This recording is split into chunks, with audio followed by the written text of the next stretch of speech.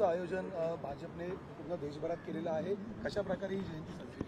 सरदार वल्लभभाई पटेलजी यांच्या 150व्या जयंतीच्या निमित्तानं संपूर्ण देशभरामध्ये कार्यक्रम होत आहेत. आज या ठिकाणी वरळी येथे सरदार वल्लभभाई पटेल यांच्या पुतळ्याला माल्यार्पण करण्यात आलेलं आहे आणि पुष्पार्पणही करण्यात आलेलं आहे आणि मोठ्या प्रमाणावरती भारतीय जनता पार्टी हा कार्यक्रम देशभरामध्ये युनिटी रन करून आणि विविध प्रकारचे कार्यक्रम आयोजित करून करत आहे.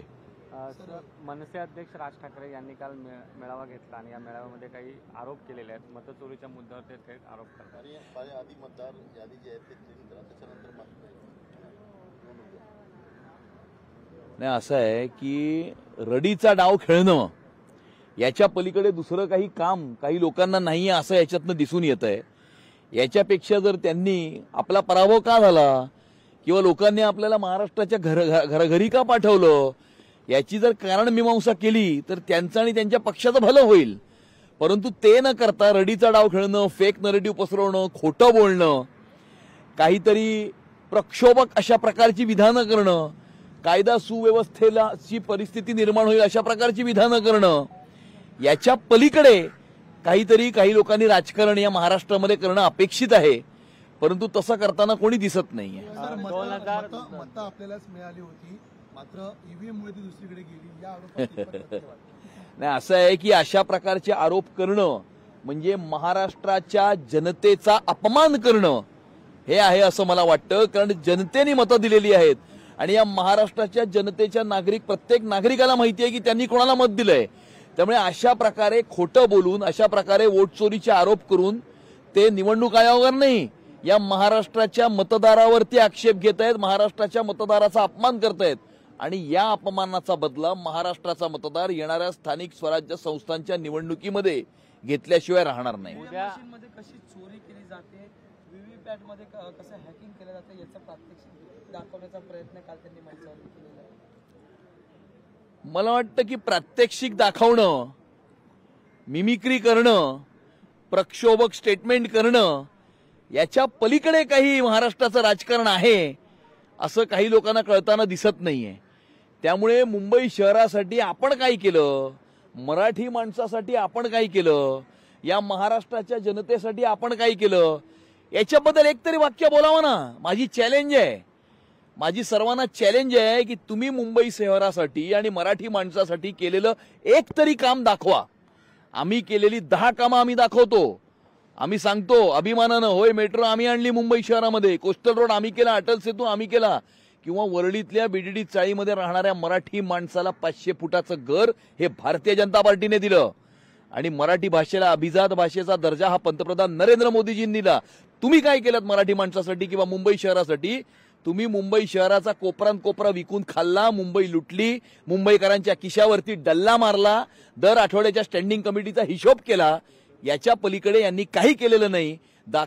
केलेलं एकही काम यांना दाखवण्यासाठी नाही आणि म्हणून वोट चोरीचा फेक नरेटिव्ह पसरवण्याचं काम हे लोक करत आहेत. तुम्ही जे सांगताय की मराठी भाषेला जो अभिजात भाषेचा दर्जा पंतप्रधान नरेंद्र मोदींनी दिला, त्यांच्याच नावाने जे नमो पर्यटन केंद्र आहे ते आता गडकिल्ल्यांवरचे फोडण्याचे आदेश राज ठाकरेंनी दिले. नाही, ते अनेक प्रकारचे अशा काय काय प्रक्षोभक स्टेटमेंट्स करत असतात आणि मला असं वाटतं की ते एंटरटेनर आणि मिमिक्री आर्टिस्ट जास्त आणि राजकीय नेते कमी आहेत. ते नेहमी असं म्हणतात की आम्ही निवडणूक आयोगाला प्रश्न विचारल्यावर भाजपची लोक का समोर येऊन बोलतात किंवा भाजपची लोक का उत्तर देतात ते आयोगाला दिली पाहिजे. नाही, आयोग तर देईलच उत्तर, पण याचं उत्तर महाराष्ट्राची जनता देणार आहे येणाऱ्या स्थानिक स्वराज्य संस्थांच्या निवडणुकांमध्ये.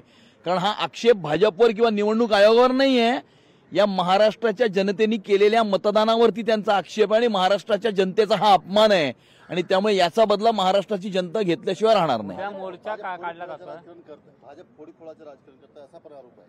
कोण करतंय असा आरोप? ते म्हणजे कोण? नाही, ते आता काय बोलतात. मला असं वाटतं की महाराष्ट्रामध्ये आता संजय राऊत 2 हे कोणीतरी होत आहे का असा मला प्रश्न पडू लागलाय. आता उद्या मोर्चाचं आयोजन करण्यात आलेलं आहे. उद्या महाविकास आघाडीकडून मोर्चाचं आयोजन करण्यात आलं. आज सगळे एकत्र येत आहेत. नाही, असं आहे की मोर्चा कुणी काढू शकतं आणि आपला आक्षेप नोंदवणं, आपली मतं नोंदवणं किंवा लोकशाहीच्या मार्गाने आपले आक्षेप नोंदवणं हे करण्याचा प्रत्येकाला अधिकार आहे, प्रत्येक राजकीय पक्षाला अधिकार आहे, प्रत्येक नागरिकाला अधिकार आहे. त्यामुळे ते आपला मोर्चा काढत आहेत. त्यांनी कायदा सुव्यवस्थेची स्थिती निर्माण करू नये एवढीच अपेक्षा आहे. तुम्ही आताच म्हणालात काही जण फेक नरेटिव्ह पसरवण्याचा प्रयत्न करताय. उद्या मोर्चा आहे, या फेक नरेटिव्हला आता तुम्ही कसं उत्तर देणार आहात? नाही, या फेक नरेटिव्हला उत्तर महाराष्ट्राची आणि मुंबई शहराची जनता देणार आहे ना. आम्ही तर मुंबई भारतीय जनता पार्टीचा प्रत्येक कार्यकर्ता मुंबईकरांच्या दरवाजावरती जाऊन त्यांची मतं जाणून घेतोय, त्यांच्या भारतीय जनता पक्षाच्या जाहीरनाम्याकरता त्यांच्या सूचना घेतोय आणि आम्ही मुंबईकरांच्या दरवाजावर आणि मुंबईकरांच्या हृदयापर्यंत पोहोचतोय आणि हे लोक फेक नरेटिव्ह पसरवत आहेत. हिंदू संवादाचा देखील एक कार्यक्रम तुमच्या वतीने आयोजित करण्यात येतो असं कळते. नेमकी संकल्पना काय? नाही, हिंदू संवादाच्या माध्यमातून विविध प्रकारचे कार्यक्रम हे मुंबई भारतीय जनता पार्टी करणार आहे. त्यामध्ये डायरोचा कार्यक्रम असेल, त्यामध्ये 23 जानेवारीला ज्या वेळेला राम मंदिरामध्ये धर्म पताका ही फडकवली जाईल त्यावेळेला विविध प्रकारचे कार्यक्रम असतील, त्यामध्ये हरिनाम सप्ताहाचे कार्यक्रम असतील आणि त्यामुळे विविध प्रकारचे सांस्कृतिक आणि धार्मिक कार्यक्रमाचं आयोजन या ठिकाणी पक्षातर्फे करण्यात येणार आहे आणि संपूर्ण हिंदू समाजाला या मुंबई शहराला सुरक्षित ठेवण्याकरता एकत्रित करण्याचं. लोकशाही मराठी ऐका, पहा, जागरूक रहा.